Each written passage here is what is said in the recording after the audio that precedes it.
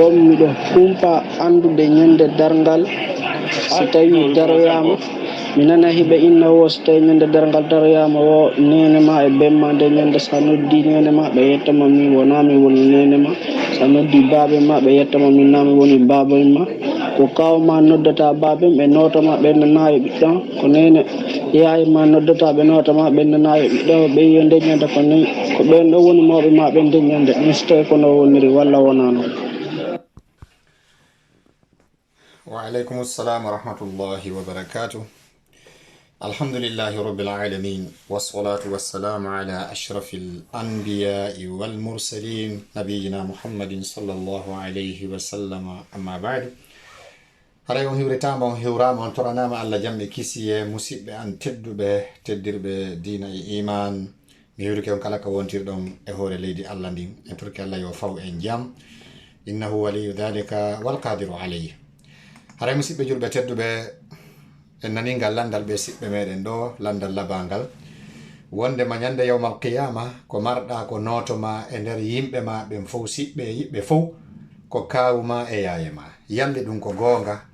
haray ko non nanirten e nanay woɓɓe no inna ko kawu otin remplace biro makko nde ñande fuu saloto notade otin sina kawu makko yalde ɗum ko gonga ka ko tinde e taali.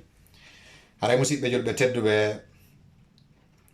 ko haalaji tawayɗi ma anzalallahu biha min sultan, haalaji ɗi ala dalil ɗi ala ƴi'al, ko haalaji samakala ko haalaji puynan si tawi woni yumma ma jara sowiɓe ma lebbi 9 e balɗe muyninɓe ma duuɓi ronkuɓe ɗanade sabu ma balɗe ma lebbi ma duuɓi baba en ma yangoduɓe e naɓugol ma ka labitani naɓata ho yumma ma dépensa yumma ma dépense si tawi ɓeɗo a noddi ɓe ɓe notakima a noddi ɓiɗɗo ma o notakima a noddi ɓeygu ma o notakima a noddi modi ma o notakima mi sikka ko kawma ma yaye ma noddata noto ma.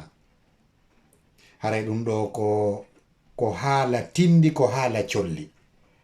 haray akhi sa'ili onon ɓe landiɓe tedduɓe no wodi ko hecci ɗum wallahi no wodi ko hecci ɗum si tawi ɓeɗo duwaɓe ma notade yangiɓe fiima dépensuɓe finansuɓe sunnuɓe ƴiƴam mum taho ado jawdi mum fiyo a wuuru ɓeɗo ɓe suuɗike ma ɓe dogima ɓe notakima wona kawuma ma ɗum yaye ma nototoma.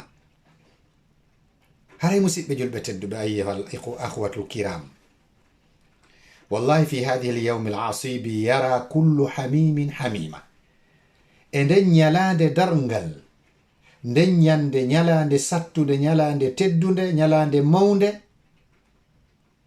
giɗo yi'ay giɗo mum sonnajo gorko yi'ay sonnajo mum sonnajo yi'a gorko mum siɗɗo yi'a siɗɗo mum koto yi'a miñam mum jaaja yi'a miñam mum gorko yi'a jaaja mum tawata nden ñande hunaka alaqatun hamimatun jiddan fi dunia giggol amutiye ko ka aduna woni nden ñande ɗum ɗo fopp mo kala dogay o ya wallahi nde ñande ko ñalande hulɓininde musidɓe julɓe tedduɓe si biro ma e bemma e ko hedditi notakima wona yaye ma wona bappa ma wona kawma nototoma.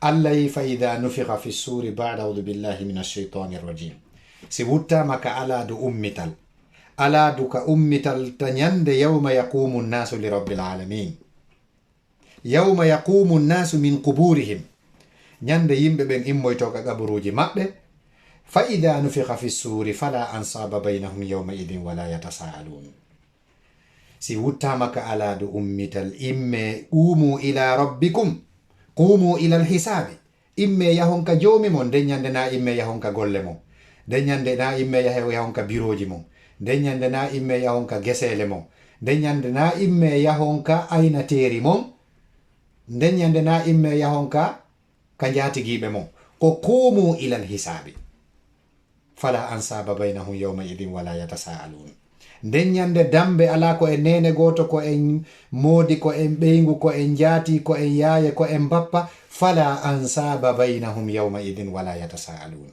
wallahi no wodi ko hecci no hecci ɗum ɗon nden ñande dambe ala yaye ala bappa ala nene ala kawu ala jaaja ala, miñan ala, ɓeygo ala, moodi ala. Fala ansaba baynahum yawma idin, et puis wala yatasaalun. Hay goto lanta ko fi oya. Nden ñande ko nafsi nafsi. Alandota ko fi biro ma jara, alanta ko fi baba ma bora, alanta ko fi ɓikkum ma kun, alanta ko fi ɓeygu ma, alanta ko fi moodi ma, nanon fi yaye ma bappa ma ɗum kaw ma. Par ce que ɓeɗo no ɓuri ɓattade maydi ɓeeɗa ka. Wala yatasaaluna, alandota ko fi personne goto kadi lanta ko fi maɗa. Bal Allah wi fa idha jaati soakha, si wuttandu dangal ngal ari, yawma yafirru lmar'u min akhihi, ñande neɗɗo e dogoyta miñam mum, koto mum, wa ummihi o doga yumma makko, wa abihi o doga baba makko, wa sahibati o doga ɓeygu makko, wa bani o doga ɓiɓɓe makko ɓe. Fi on ɗum, li kulli mri'in minhum yawma idin sha'nun yughni. Wallahi yawmun asib. Ko ɗum si Allah wi ko yawmun ñalande sattunde, asir, alal kafirina gayru yasir. Allah wi ɓeɗo doga ɓeɗo fuu, sabuna non li kulli mri'in, kala neɗɗo nden ñande yawma idin minhum e maɓɓe yawma idin sha'nun yughni. No woodi ko préoccupi ɗum, no woodi ko maapini ɗum. Hara wona noddo kawura, wona noddo yayira, na ɗum maapinde. Ɓay ko sa yii goti nden ñande sike ko antum dari. Wallahi nden ñande fiyake on no hecci noddugol kaw mum ɓenoto, no hecci noddugol yaye mum ɓenoto. ɗum ko haalaji sama kala non. Allah yi wala yasalu hamimun hamima. Nden ñande giɗo landota ko fi giɗo mum, u e mon nami, u e mon nami, u e mon nami. Nden ñande ala ton amitiye ala, nden ñande ɗon on fewtaw. Ko si lumboyama non sirate, si amitiye yagal wowle fi mum. Kono avant sirate lumbede, hay goto lanta ko fi goɗɗo.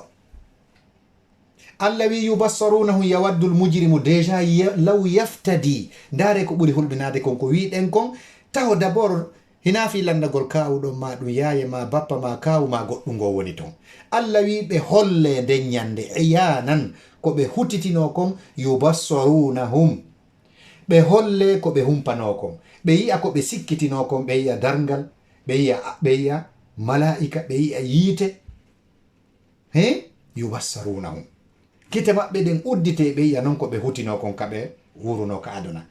Allah wi yawaddul mujrimu, nden ñande bandi yeloto, law yaftadi min adabi yawmi idin bi banihi. Si tawno o sottitoray lette nden ñalande ɓiɓɓe makko ɓen, o wi'a Allah ƴettu ɓiɓɓe am ɓe fof, wota lettan. Wa sahibatihi, no ɗo ɓeygu an ƴettu ɓeygu am, mahino ɓeyguli an ndi ƴettuɗi fop sunnoya, kono min wota sunna. Wa akhihi, no ɗo nene gotoɓe am ɓe, ƴettuɓe foppu sunnoya. Wa fasilatihi allati tu'wihi, e ɓeygure makko, famille makko e berzunoɓe mo, famille makko dankitinoɓe mo. Wa fasilatihi allati tu'wihi, akeyuɓe makko, akeyuɓe mo ɓen, wernuɓe mo, ne'i mo, dankitimo. O inna Allah moɓu ɗum ɗo fop. Bal wa man fil ardi jami'an thumma yunjihi. Ndare dey wa man fil ardi, e dendanangal wonɓe ɓen ka leydi foppu nangu haɓɓa. Andi o woli fi famille makko on taw proche, yilto ina dendanangal wonɓe ɓen ka hoore leydi, dendanangal womnoɓe ɓen ka hoore leydi, nangu foppu haɓɓa sunna, thumma yunjihi, ɓawo ɗum dandamo kanko neɗɗo on. O inna Allah dandalam min tum ɗe lette maɗo. Ko kawu woni ko noddeteɗo noto, a wi taw yo fof nange haɓɓe naade ka yite jahannama. Kanko neɗɗo o inna yo Allah nangu fop. O fuɗɗora taw famille makko on, ɓurɓe ɓattade aqrabu fal aqrabu. Yilto ina dendanangal yimɓe wonɓe ɓen ka leydi, nangu foppu haɓɓa, ɓawo ɗum dandamo kanko neɗɗo naatugol yiide. Bal ñande go nelaɗo sallllahu alayhi wa sallam tawi ɓe wondi e sonnajo maɓɓe o nen Aisha. Nen Aisha ɓe mbojji, ɓe wulli, tawi ko fi yiite ngen ɓe miijiti, ɓe wulli.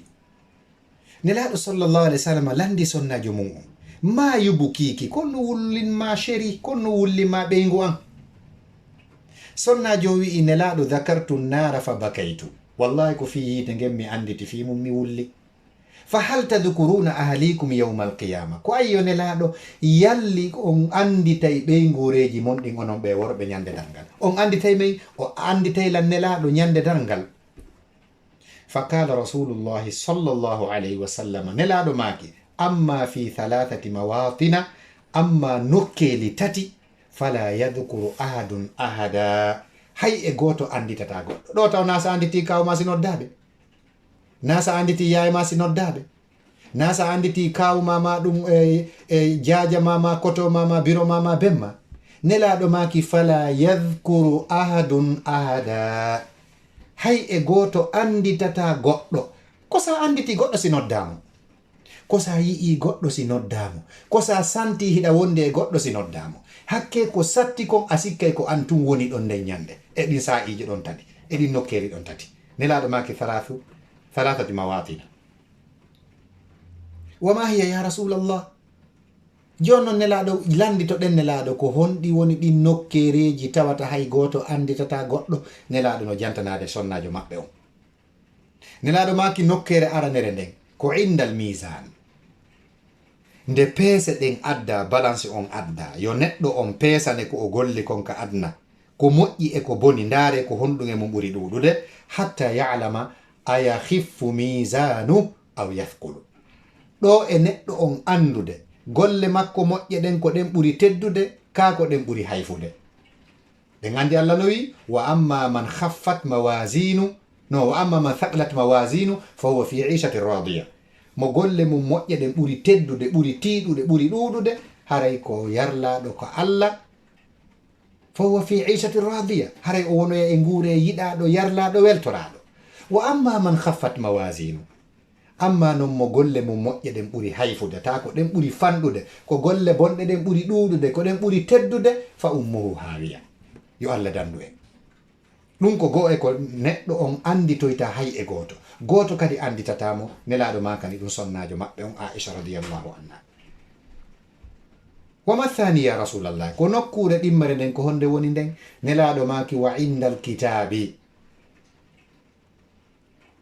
sanga deftere golleji ka neɗɗo o winda ɗon ñande dargal golleji makko ɗi o waɗi ɗin ka hoore leydi ɗo kongo ɗiɗi o wowli ɗin ka hoore leydi ɗo ka winda ɗon hina yuqalu ha umqra'u kitabiya hatta ya'lama ayna yaqa'u kitabu afi yaminihi am fi shimalihi ha o anda ko honto golle makko ɗen gollal talkuru golle makko ɗen deftere golle makko ɗen ka winda ɗon ko honto ɗe yaniri hina yatatayaru suhufu sa gaɗiri ɗin accita ko ka ñamo makko o jaɓiri ka ko ka nano makko o jaɓiri ɗum andi Allah ni wamma man utiya kitabahu bi yamini na fa sawfa yuhasabu hisaban yasira wa yankalibu ila ahlihi masrura yaha ɗon ha ina ha umqra'u kitabiya inni dhanantu anni mulaqin hisabiya hiɗen andi kala jonnitiraɗo talkuru golle mum ɗen deftere golle makko ko windano konka o waɗi konka hoore leydi ɗo o hettiroy ka jungo makko ñaamo Allah yi on ɗon o hasbete hasbore ne wiide haramo wowla haalaji o wonoyay e nguure moƴƴo ha o wiya ha umqra'u kitabiya hino ɗo janganelan deftere an nden inni dhanantu anni mulaqin hisabiya min mi fellituno ka adna mi fottayno e ɗe golle an ɗo e nde deftere an ɗo hande miɗo anduno komi wonno wolde kon fappuno windede komi wonno wadde kon fappuno windede la yantiqu ma yalfidu min qawlin illa ladayhi raqibun atid miɗo wonno conscient goɗɗo wowlata konngol sinano takko makko raqibun atid yahsabuna anna la nasma'u sirrahum wa najwahum bala wa rusuluna ladayhim yaktubuna lan anduno ɗum inni dhanantu anni mulaqin hisabiya fa huwa fi 'ishatin radiya jon noon ha o anda ɗo kaka ñaamo o hendori kaka kanano wa amma man utiya kitabahu bishimali kala jonnitoroɗaɗo talkuru golle mum ɗen deftere golle makko ɗen kanano makko yaqulu ya laytani o inna bone am halaka anni sultaniya ma agna anni maliya halaka anni sultaniya wono o wirta noon neɗɗo on so jontirama talkuru golle makko ɗen wa amma man utiya kitabahu bishimali ɗum andi ka surade fa sawfa yuhasabu hisaban ɗon ɗon ko hasbeteɗo hasbore sattude tigidi o. donc mo jonnitirama talkuru golle makko ɗen ka nano ɗo yo andu ko ka ñaamo ka ko ka nano o hendori ɗon on o anditata hay e goto nelaɗo maaki o andata hay e goto anditatamo ko ɗimmum ɗum ni. wama hiya thalitha ya rasulallah aw wama huwa almakanu thalith, ko honde woni nokkure tammere nden ya rasulallah. hiɗen andi kadi wa amma man utiya kitabahu wara a dhahri ka fa sawfa yad'u thuburan wa yasla sa'iran. woɓɓe kadi ko ka ɓaawo maɓɓe ɓe jaɓirta talkuru golle makko ɗe. sika ka nano ma ɗum ka ɓaawotin jaɓiri ande oɗo ko shaqiyu ko malkisaɗo yo Allah dandu en. wa amma man utiya kitabahu wara a dhahri fa sawfa yad'u thuburan ka wa yasla sa'ira innahu kana fi ahlihi masrura. donc ɗo yo otin andu ɗum toɓɓere ma nokkure ɗimmere nden ko kañum ni. tammere nden ko ayyo nelaɗo Allah yeeto men ko nokkure honde kay woni tammere nden. nelaɗo ma kanin sonnajo maɓɓe on Aisha radiyallahu anha nokkure tammere tawata hay goto anditata goɗɗo. wa inda sirati ida wudi'a bayna dhahray jahannama, ko si sirate on wallinama ka hoore pon ka hoore jahannama hatta yajusa ha neɗɗo on lumba ma oron ka lumbude. fanni o andali ɗon o lumba e ma o lumbata o anditata hay e goto anditatamo.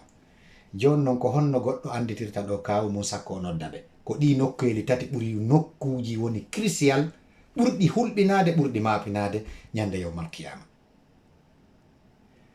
nde golleji ɗin no peese neɗɗo landite e nde golleji ɗeri golle ɗen nde no wirine ɗo yo otin andu konto o nangiri ko ka ñaamo kako ka nano kako ka ɓaawo e si sirate wallinama ɗo yo lumbo o andi siraten koye hoore pon caangol wongol ngol ton ko jahannama ko yiite jahannama bollari jahannama yo Allah dandu en. subhanallah nelaɗo ma kandi ɗum nene Aisha. hiɗen andi hakke ko mapini kon ari e ɗuma nden ñande hakke ko hulɓini nenejo fottay e ɓiɗɗo mum. nenejo on wiya ya bunayya ko ayyo ɓikkun am ja'altu laka sadri siqa'an wa hijri ghita'an wa batni wi'a'an fa hal min hasanatin ya'udu alayya khayruha al-yawm. musidɓe julɓe nenejo otin jibinɗomo so wiɗomo lebbi 9 e balɗe 10 yangi fi makko ronki ɗanagol fi makko tuɗi nange fi makko tuɗi heege fi makko tuɗi moneji fi makko tuɗi musendi fi makko o fottoya e o ɓiɗɗo makko ñande darngal o inna ko ayyo ɓikkun am mi waɗu no ɓernde anden wonandema yarirde ɗum ko en ɗiɗin ko ɗon yaraynoɗa ko ɗon muynaynoɗa. mi waɗi kadi buse an ɗen surruɗema yani ko ɗon mi wundotonoma mi waɗanma ɗum ɗon wanare suddare. mi waɗi reedu andun ko ɗum wonno miran hummakun couverture ma on ko ɗon marinoɗa ko ɗon sowinoɗa ko ɗon mi sowinoma ko ton wonnoɗa. ene fa hal min hasanatin ya'udu alayya khayruha al-yawma yalliɗa jogiiɗon moƴƴere hunko kun ɓuri fannude boobo an jonnalan ɗo no woodi ko mankanin mi hande tata moƴƴere makko artanaylan hande mi daɗa ɗi tanaji ɗo mi daɗa nde ande ɗo mi daɗa ɗi probléme ji ɗi mi hayni ɗo ɓikkun am boobo an anditi komi yanganima. musidɓe julɓe tedduɓe la hawla wala quwwata illa billah. atadruna mada yujibu aw ma la yajibu ma yaqulu alwaladu ma yaqulu alibnu li ummihi. iɗon andi ko nun o ɓikku jaboto ko no wiyanta nene makko. harale ɗen andi musidɓe julɓe wa hal min alaqatin ashaddu min alaqati alibni bi ummihi. est ce que ɗo woodi lien ɓurɗo wonde concret ɓurɗo wonde lien ha hewti lien wonɗo hakkunde nenejo e ɓiɗɗo mum. par ce que ko ƴiƴam makko ko ñamete makko ko ndiyam makko boobo on mawniri ka nder reedu nene makko ha o jibina. si o jibinama kadi ko ƴiƴam makko woni yarde ko ɓiraɗam makko woni yarde ko ɓandu makko woni ñamude. ala lien hewtiɗo lien solide ha hewti o lien ɗo. ɗon andi ko nu bobo jaboto ɓiɗɗo jaboto o wi'a laytani astati'u dhalika hara do miɗo wawno feere heɓugol feere ɗum. ya umma ko ayyo nene am innama ashku mimma anti minhu tashkin. La hawla wala quwwata illa billah. Oyna enene hara miɗo marno feere mi waɗayno, kono wallahi nene miɗo maapori hande ko maaporɗa ko. Innama ashku mimma anti minhu tashkin. Miɗo maapori hande ko maaporɗa ko, miɗo wullude ko wullata ko, miɗo suni ko suniɗa ko, miɗo huli ko huluɗa ko. Nene hunde mi wawanama. Hay kummi mari ɗo kun no mi okkata few, kummi mari ɗo kun ko mi maapodi ko eske kun wawa e landandude. Na non fi mi ƴetta goɗɗum mi jonne. Musidɓe julɓe tedduɓe, ko kawma notoy to ma, ko kawma notoy to ma, ko yaya ma notoy to ma, ko Paul notoy to ma, ko Pierre notoy to ma. Wallahi en attori ayeje ko nel Allah wi ko. Haray musidɓe julɓe tedduɓe, wakkilo ɗen gollen goto dandoyta e ñande yawmal qiyama sina yurmede Allah nden e golle men ɗen. Mi fillito, hay e goto wata en dandoyde ñande yawmal qiyama sina yurmede Allah nde o yurminta en nden e sabu golleji men golle moƴƴiɗi golluɗen ɗin. Ko ɗiɗo ɗiɗi dandoyta en lette Allah ɗen, dandoyta en tikkere makko nden. Tefore e tefore mum ko si tawi woni otin no mériti tefanede, si nelaɗo tefanamo ma goɗɗo go tefanamo. Donc haray musidɓe julɓe, itten hakkille men e ɗum. Kaw wawanama fuska, yumma ma wawanalima ɗon goɗɗum, baba en ma wawanalima ɗon goɗɗum, ɓeygu ma wawanalima goɗɗum, nene gotoɓe ma ɓen ka dogoytaɓe ɗon. Baltoroɗa yo Allah nangu foppo haɓɓanada yiite jahannama, heddoma antum fiyo a daɗu, wona kawma ɗon nototo ma ɗon nde ñande. No wodi ko mapini kawma arana an. Si kawma no dogude ɓiɓɓe mumɓe, no dogude sonnaɓe mumɓe, no dogude nene gotoɓe mumɓe, ko an kawraho makko on o ƴettata o jaabo o nafe goɗɗum. Vous imaginez? Calculez taw kawma taw no wodi ko mapini ɗum, nanu fiɓe notoma an. ɗum ko haalaji puydan noon musidɓe julɓe, ko haalaji pagay noon. haray landal mo ngal no laaɓa, wallahi mi torki Allah subhanahu wa ta'ala yo allahu on okku on baraji ngal landal mon kala julɗo nafitorɗo ngal, yo Allah okku on moƴƴere muɗum, yo Allah dandoy on tanaji ñande yawmal qiyama, yo Allah subhanahu wa ta'ala moɓidir on onon e yumma mon e mawɓe mon ɓen e famille mon on e siɓɓe mon ɓen e yimɓe mon ɓen ka aljanna firdawsil ala. Kala neɗɗo kadi jentiɗo sabu moɗon ngal landal ɗo e ngal jabawol ɗo o feƴƴini ma o jentimi torki Allah kanko e ɓeygore makko e siɓɓe makko e yiɓɓe makko fop, yo Allah moɓidirɗoyɓe ka aljanna ala sururin mutakabilin. Kala kadi partage ɗo fiyo julɓe ɓe nafitor tawa ɓe wakkiloto ɓe itta ɗi mentalité ji bonɗi ka hakkille maɓɓe, sabu moɗon ɗo ɓe partagera sabu ɗum ha goɗɗo nafitora ɗum. Mi torki Allah tabaraka wa ta'ala wota Allahu on landoyoɓe puttere ñande yawmal qiyama, yo Allahu naadoyɓe aljanna bila hisabin wala iqabin sabiqin ya rabbal alamin. Amin thumma amin. Haray on weltanama, si sawaba woni e mum ko immorde Allah, ko kanko weltantoɗen, ko kanko jarnaten. Si fajjere woni e mum, haray ko min sa'idu e sheytan woni ko falji ko minen fabriki fajjere nden. haray miɗi tori Allah yo Allah yaafolan, haray miɗi tori onon kadi toranagollan Allah yaafuye. haray on weltanama onon ɓe landi ɓe ngal landal, wallahi c'est très important ngal landal. Barakallahu fikum, wassalamu aleykum wa rahmatullahi wa barakatuh. haray wakkilo ɗen musidɓe yuɓɓe rewen Allah, accen yowitagol e piiji, accen hunde nafoyta en sina dewe men ɗen e yurmede Allah nde yumma nafoyta en jantike fimo hay puttere. Wallahu alam.